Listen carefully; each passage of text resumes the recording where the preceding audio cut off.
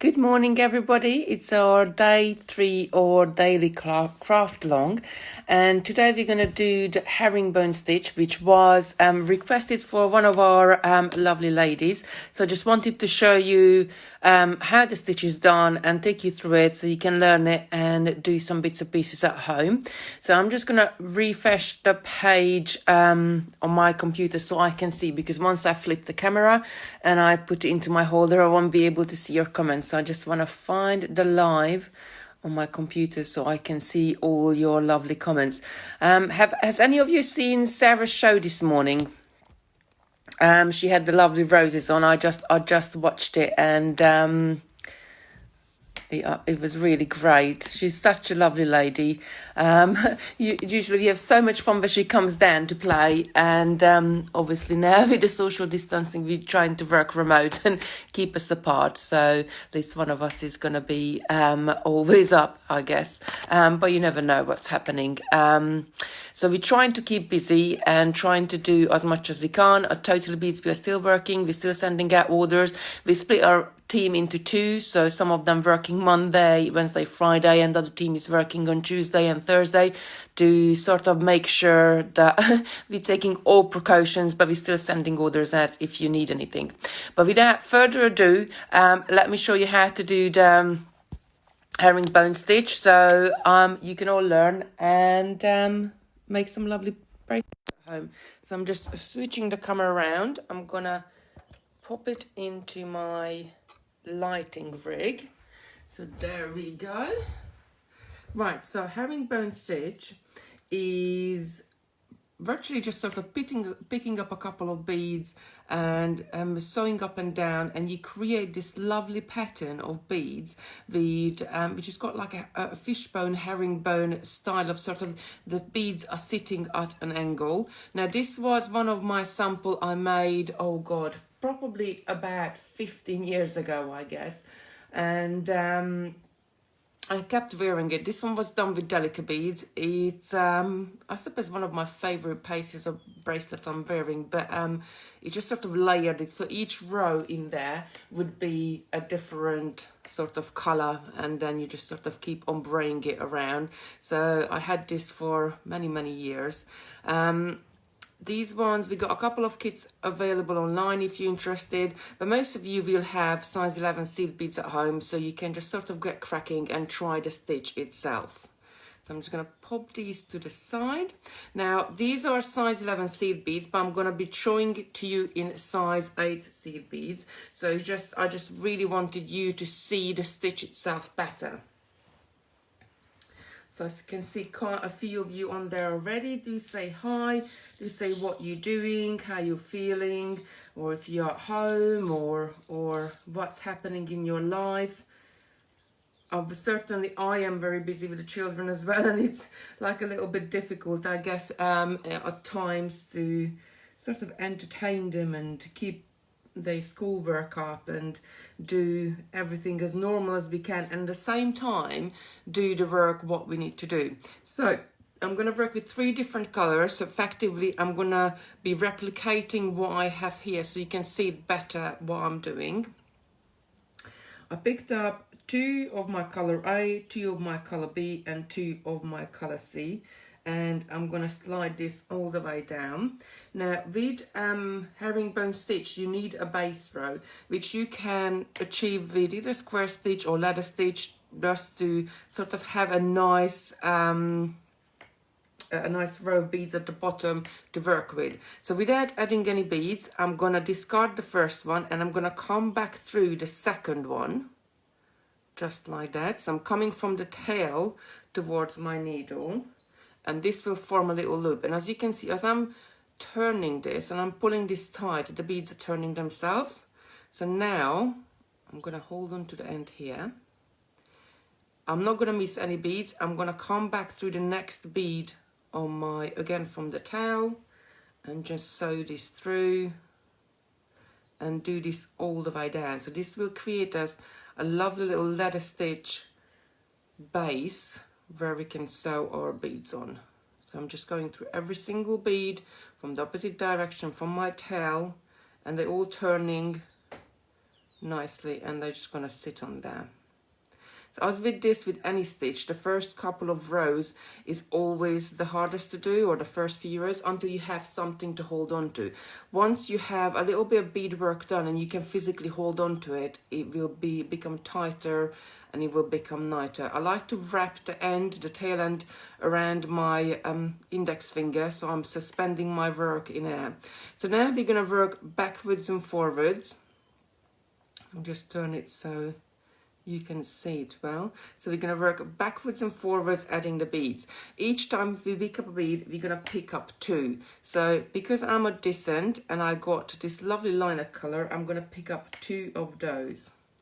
Now I'm coming out the first bead, but I'm going to go down the second bead and just let these 2 beads to sit on the top, just like that.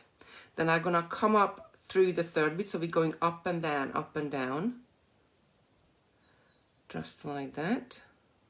I'm going to pick up 2 of my second color, and I'm going to come down through the 4th bead.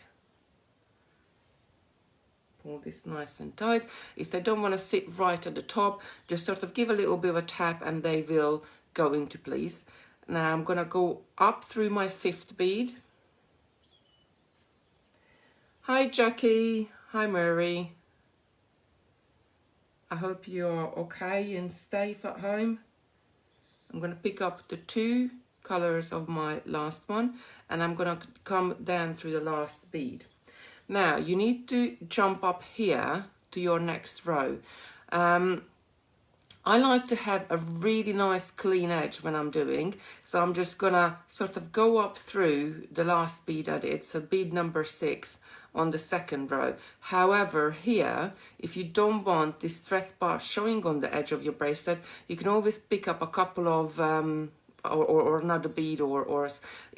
So if you work with size 8, you want to pick up a couple of size 11. If you work with size 11, you want to pick up a smaller bead there, just to sort of cover this thread buff. But I like a nice clean edge when I'm working with it. So now we're going back on our row. I'm going to pick up 2 of my darkest color, and I'm going to come back. This is bead number 6 I'm coming out of, I'm going to come down bead number 5, and only number 5. I'm not going down to the bottom, I'm only sewing through the second row now, and just pull this up. So they're just sitting nicely on the top, and I'm going to go up through bead number 4, just like that. Make sure you don't catch the thread. Pull this nice and tight, and then I'm going to pick up 2 of my middle color, come down. I'm coming out of bead number 4, so I'm going to come down bead number 3, and I'm going to go up through bead number 2. And now I'm going to make sure again your thread doesn't get tangled. I'm going to pick up my lightest color, and I'm gonna, as I'm coming out of bead number 2 here, I'm gonna go down through bead number 1 and just pull this up, let this bead sit on the top. Now again, I finished row 3, so I need to jump up, and at this stage usually I like to flip my work, so I'm always sort of working from one direction. I'm right-handed, so I like to go to the left, but if you're left-handed, you might want to go to the right.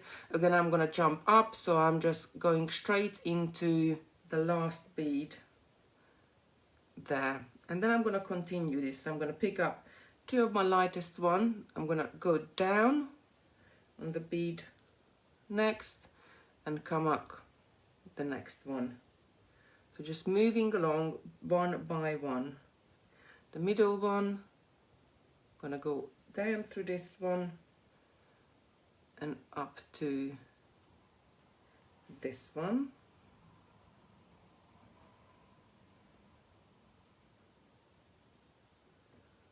And make sure it's not twisting, pull this tight, and then I'm going to do my darkest color, and I'm going to come down on my last bead, then I'm flipping it again, so I'm working from this side, jumping up to my last row, and I'm going to continue.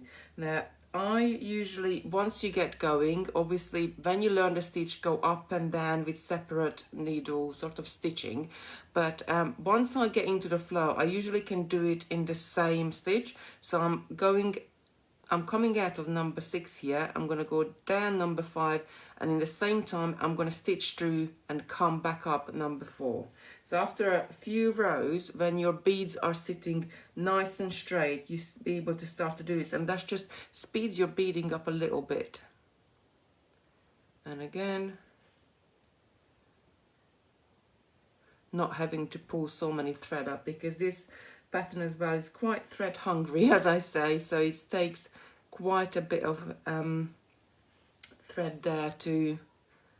And I'm going up at the 6. So how are we all doing? Let me just look at your comments. Hi Sandra. Sandra saying great to see you again, need my beady fix. Then hi Natalie. Natalie saying I'm glad I came to yours and Sarah's last class with chainmail, and I have been practicing in my spare time. Oh yes, that was such a laugh, that class. Sarah is such a nice teacher. We do workshops at Totally Beads, obviously not at the moment because we closed down for the public, but they're such a great days out.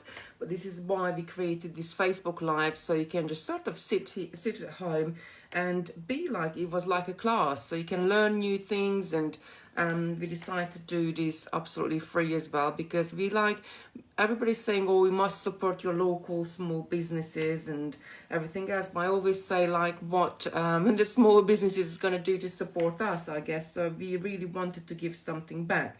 So not only you getting this video right here, you got a downloadable free PDF on our website. So if you go to Totally Beads, there's a category there with free PDF download, and just click on the link, put the free PDF into your basket, and once you check out, it doesn't cost you anything, but you still need to check out, because that's how the system works.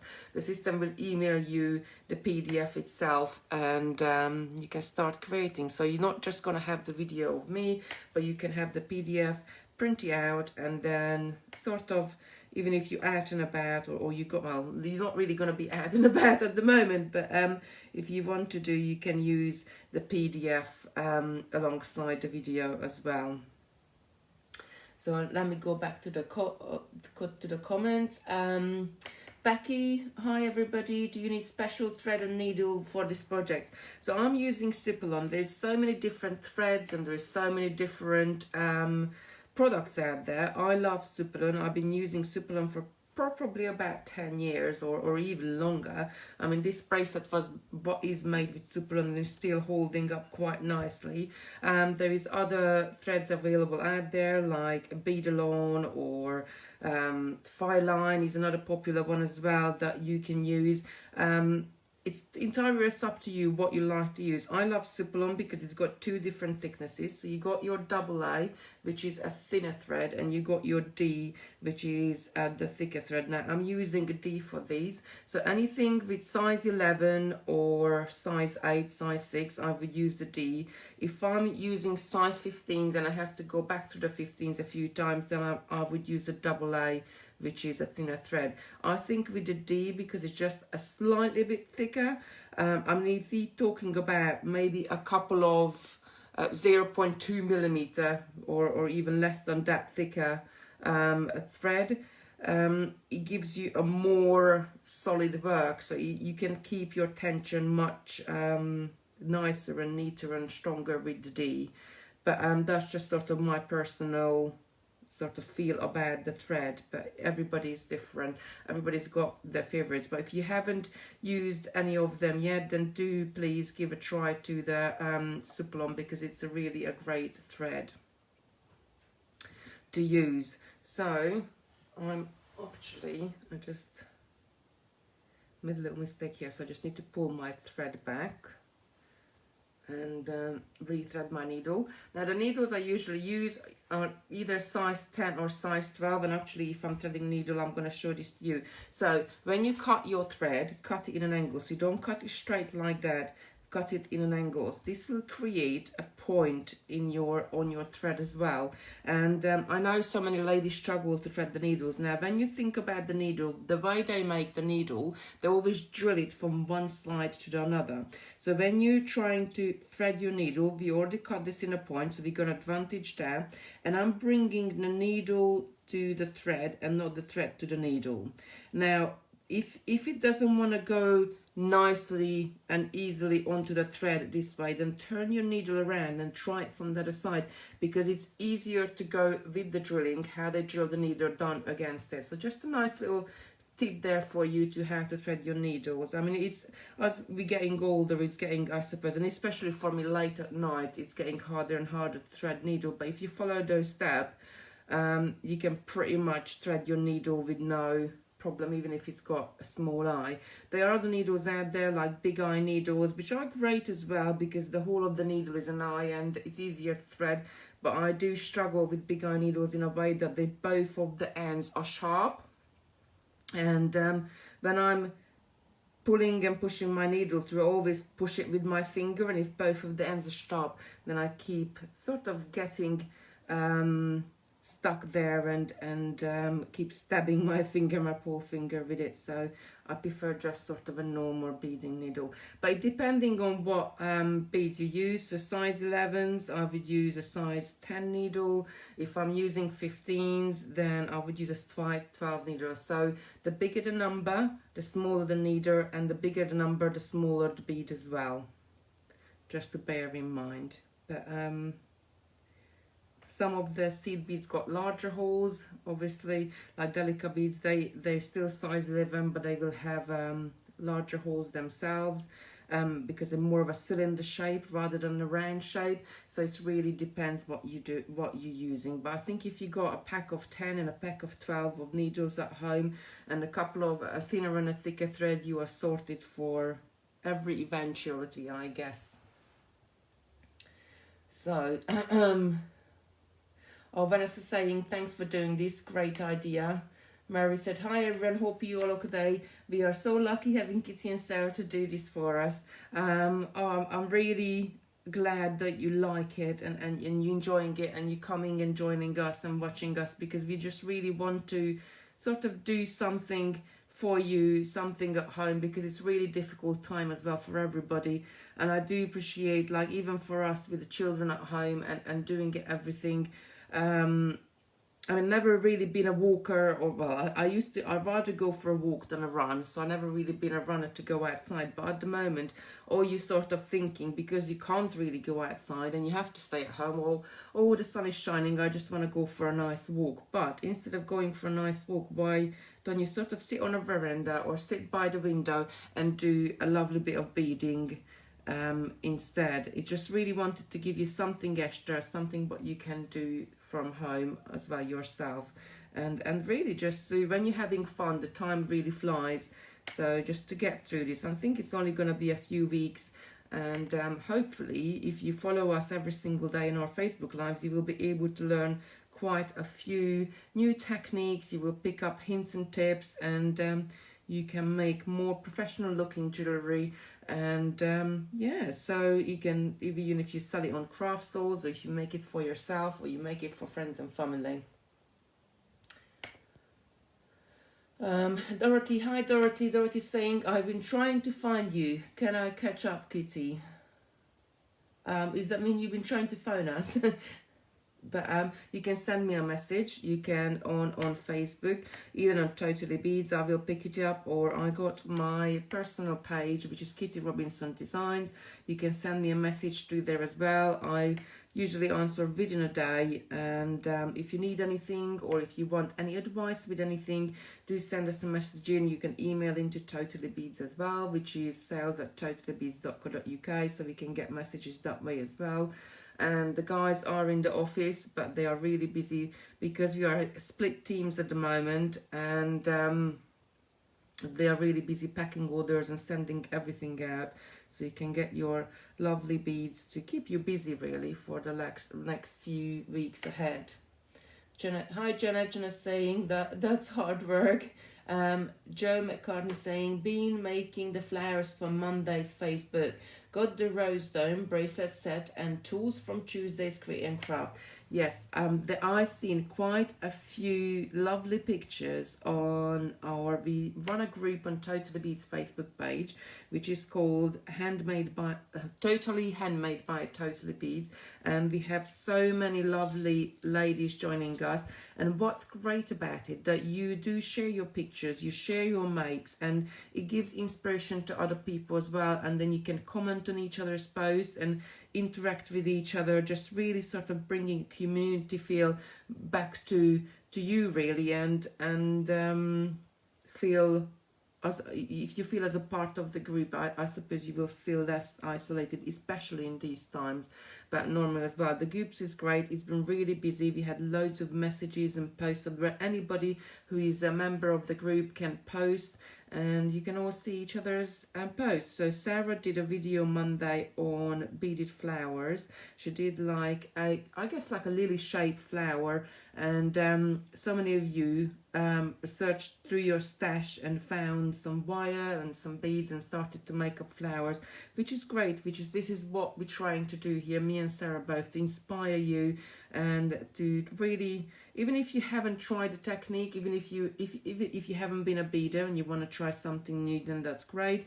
If you have been a beader, but do give a try to all these different techniques, because sometimes, like even myself, I think, oh, I don't fancy doing that, I don't think I'm gonna like doing that, and when actually I get down to it and do it, I really enjoy it. A classic example was couple of years ago, my children were pestering me to do some Easter eggs, and I thought, oh, I don't fancy the mess, I don't fancy doing the whole thing. It's just like, in my mind, I think I made up that I really don't want to do the eggs.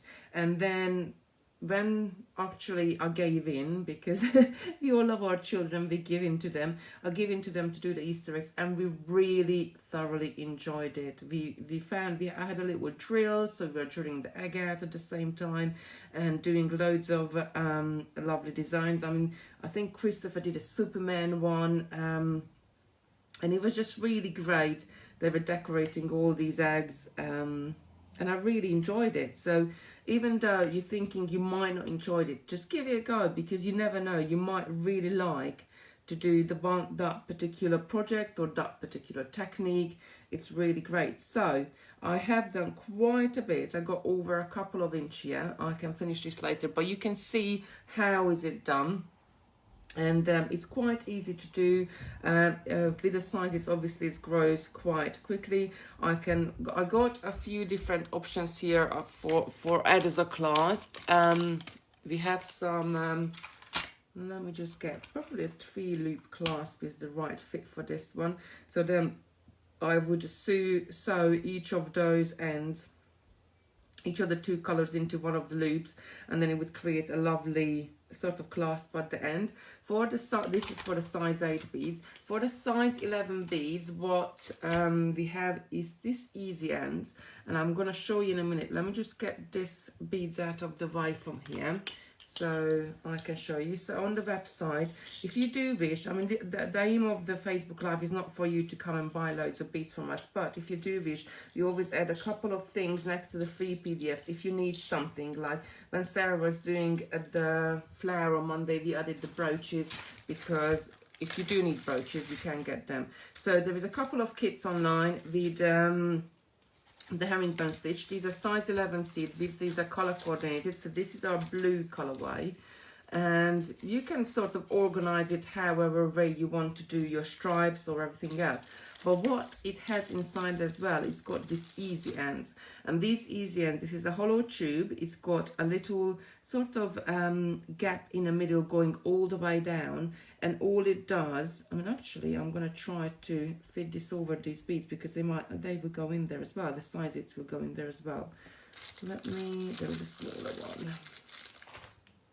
So the smaller one probably will be a better size, I guess. So what you can do is the last row of beads, which we did, which is not really herringbone stitch anyway, we can just make it disappear in this tube. So all you're doing, you get this tube and you just push it over the last row of your beads, and it just makes a really nice and professional finish. Just open this up a little bit and push this right over them. So I got a very nice sort of neat and tidy finish there at the end.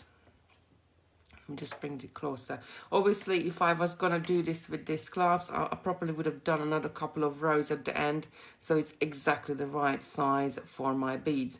But that's with the size 11s as well. You get this in the, I think that's 10, and the small one holds 6, size 11. So with the bigger beads, it would be 8, size 8s for the big one, and maybe 4 for the smaller one, I guess. So with the kit, what we have up there, you got all your seed beads, you got needle, you got thread, you got a little bit of extension chain, because if you make this as presents, or if you make it to sell, if you're not unsure of the size of it, the beauty of these nice ends, that if you add a little bit of chain to the end and make your bracelets a little bit shorter, like this one is a little bit shorter as well, so this is normally would not fit me, but by adding this a little bit of chain at the end, you extend your bracelet, so people with larger wrists like me can wear smaller bracelets as well. But this is great, so if you sell your stuff, or if you're giving it away, if you make it for people and not sure of the size, this is really one size fits all. It turns into your bracelets one size fits all. So of course you got your lobster clasp, and you got your jump rings, you got needle, and you got these lovely ends in the kits as well. So that's it for me, really. Sarah's going to be with you tomorrow doing chainmail. Let me just go back to the comments to see. I just really don't want to miss anybody there. Right. Bernie's here. Hi, Bernie. Good morning to you. Dorothy. She's in the Facebook Lives. Yeah. Jean, really enjoying these videos, enjoying making the flowers. That's great. If you can, and if you're part of the group, do put a picture up on there for us, so everybody to see, because it just, I think it's so nice to see sometimes that you can make different colors with different beads and different sizes of beads. Perhaps it looks completely different. Becky saying, can you use any size seed beads for these bracelets? Sometimes I struggle getting out of classes with 2-year-old. These live shows been amazing to learn anew. Yes, you can. So as you've seen, these ones are size 11s. And what I've been using is size 8. Obviously, the size 8s are going to be bigger, and you can go up to size 6. You can go up to bigger beads as well. The smaller the beads, obviously, the more sort of neater and smaller are. But I actually quite like this size 8. So I think I'm going to make a couple of bracelets for myself in this size 8 seed beads, because I think sometimes... it depends on what mood I am in. I guess you can wear different style of jewelry, and this one is more petite, more elegant, more smaller, but this one is more, I guess, with exclamation point. It looks really great. So yes, you can use any seed beads.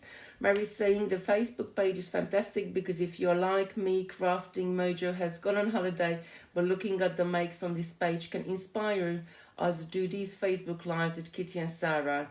Two very lovely ladies. Oh, thank you, Mary. That's really nice.